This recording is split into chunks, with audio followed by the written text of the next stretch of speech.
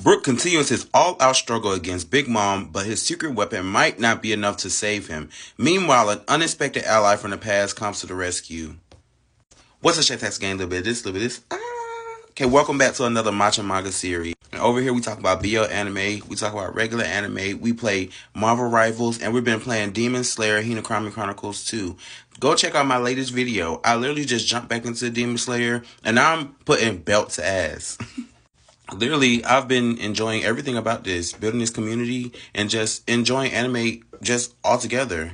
So today we're just here to talk about episode 818 from One Piece. So you know that Luffy is trying to get Sanji back. Basically, they're at the Big Mom Chateau. Luffy and Nami is stuck inside the book.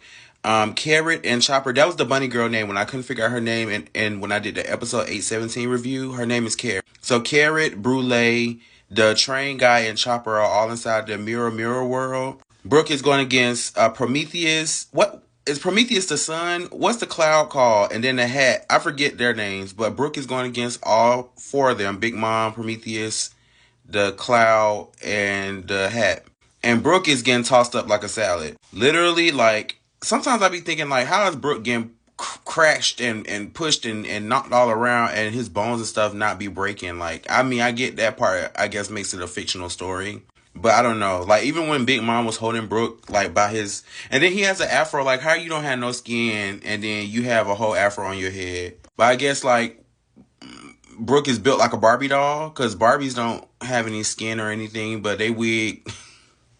But their hair be attached to their, scalp. So, basically, Brook is trying to get the... What is it called? The Road Poneglyph?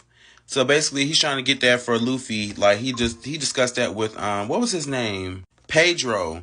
And I was this is a spoiler because I was spoiled and said Pedro got cut down by what's his name, the teacup guy, Baron Tamago, that's his name. And I thought this was so hard, and I believe maybe this goes into episode 819. Look, y'all, I'm on episode 825 because listen, a lot of people, when they're explaining like reviews of One Piece, like they always talk about like the pacing and everything. And I think like when you're doing episode reviews for One Piece, just in my opinion, I think like you have to watch like 5 episodes just to get like one synopsis of one video to make everything make sense, because they kind of drag it out. But what I will say is like the animation is getting so much better because the fight between Pedro and Baron Tamago, or however you pronounce his name, like when he got sliced in half and then he got cracked open and then this man came back as a bird. But they was in there scrapping. I can't even lie, they was in there scrapping. But him coming back as a bird was least expected for me. And can we also talk about the part that I filmed in the beginning of Pudding, like, having a special power? And she said, and then that bitch said, like, in her brain, like, erase her memory is crazy. Like, Pudding is, like, I like villains. So, y'all might not like what I have to say, but Pudding is really fire. And then going to her own mom and lying about not having, like, this specific bloodline of having 3 eyes. Like, I don't even know what that means yet, but I'm pretty sure they're going to unravel that or reveal that and later on in the story. I feel like, so, this is a big spoiler too. In another arc, I want to say Egghead, or maybe the one before Egghead, I'm not too sure. Yes, I'm jumping ahead. But I feel like One Piece does a lot of foreshadowing. Like, and I feel like them showing us Baron Tamago's transformation again is kind of gonna, well, this is just off of prior knowledge too. Like, it's gonna show us like how I forgot what that other character name is, but I know him and Luffy have like a big fight. What do they call that fruit that they be eating when they turn into animals and stuff? So I feel like it's foreshadowing to us meeting those characters again. I hope y'all know what I mean. If you already surpassed Whole Cake, then you kind of probably already know what I mean. But yeah, so I thought that was really crazy. Do I think Big Mom is really strong? I think we just found out that her soul was tied to Prometheus, and well, when I say Big Mom's soul is attached to the cloud, the sun, and the hat. directly. That's why when Brook was trying to, well, the Soul King, why when the Soul King was trying to sing and release the souls from the sun, the cloud, and the hat, he couldn't do it because Big Mom's soul is attached to them directly. I guess Big Mom's soul is just too big, to try to take from them. Right. So Brook was so cool. He been taking all this damage and everything. He's been persevering through all this damage. And he just and he's getting burnt and lightning is happening to him. And he's doing really good about himself for Big Mom to be so huge and the cloud and everything for them to be so OP. Brook is really doing good by herself. And so Brook does this amazing ass run up the wall, spin, leave hot wind. No, what is it? What did Rock Lee call it in Hidden Lotus? That's what it's called. So Brook does like his own version of Hidden Lotus from Naruto, and he's like doing like this spin down spiral thing towards Big Mom, and he doesn't penetrate her, And I can't wait for Luffy to have like that power. I can't forget what it's called when these characters have this like they have like the looking hockey, like when they can just look and then everyone will pass out. So I want to know, like, because I feel like that's what Big Mom used against Brook's technique when he was spiraling down. So I can't wait to see Luffy use that technique. Finally, just like look at a crowd of people and they all faint. Like Luffy hockey needs to be that strong. And then for like him to be struggling against all these warriors not being able to eat, it's like, well, what are you going to do? Because I'm pretty sure Luffy is going to fight Big Mom in the end.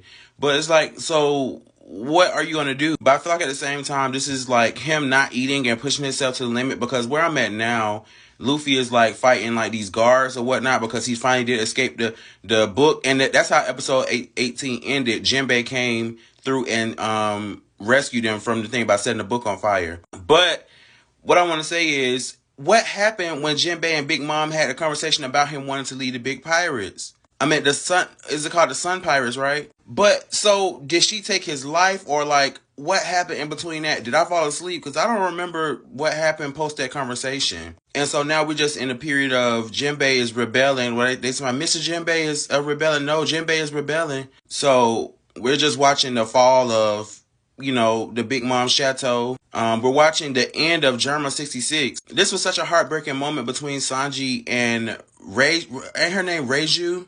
It's so sad. Like, part of me hates Reiju, but parts of me love her too, because it's like, even in my own personal life, and maybe your personal life as well, we have people who sit by and watch people torture us and don't want the best for us, and they just watch people bully us. And sometimes they can come through, and I believe God puts like a certain thing on somebody to where he has them come and help you on your journey, to better yourself. I'm not saying that you're supposed to go through hardships, but you do learn lessons in life. And I feel like he puts blessings on certain people to help you through your lessons in life. And I feel like Sanji's sister, Reiju, even though she was supposed to be a part of even though she is an assassin, she still, for the better part of herself, when she wasn't being an asshole, going out and still trying to help Sanji. Sanji's life was just hard as fuck, man. Like, from him just not being talented by being genetically modified, and then them forcing surgery on their mother.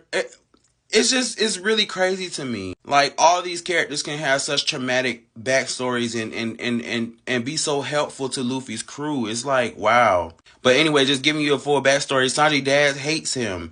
He locked him up, put him in a dungeon because he's not talented. He forced surgical pregnancy on his mother. His mother had 4 children, quadruplets, and Reiju came first. I couldn't imagine the immense amount of pressure on Reiju hearing her parents argue about a forcible surgery. So I'm pretty sure she had that resentment built up the whole time against her father, against everything that he stood for. So Sanji has to make a big decision, like, what is he going to do now? Is he going to go and protect his friends? Does he still play the role of Mary and Pudding with all the information that he knows now? Does he save Reiju and let everyone else die? What is going to be the future of Germa 66? They all want to take over the North Blue. Big Mom wants to kill everybody and take over Germa 66. And she's an emperor. What does that look like? Will Luffy escape and finally get Sanji's cooking? We'll find out in episode 826. I'm going to start watching like 5 episodes, because that's going to make a good video. Because just watching one episode, I feel like I can't tell the whole picture,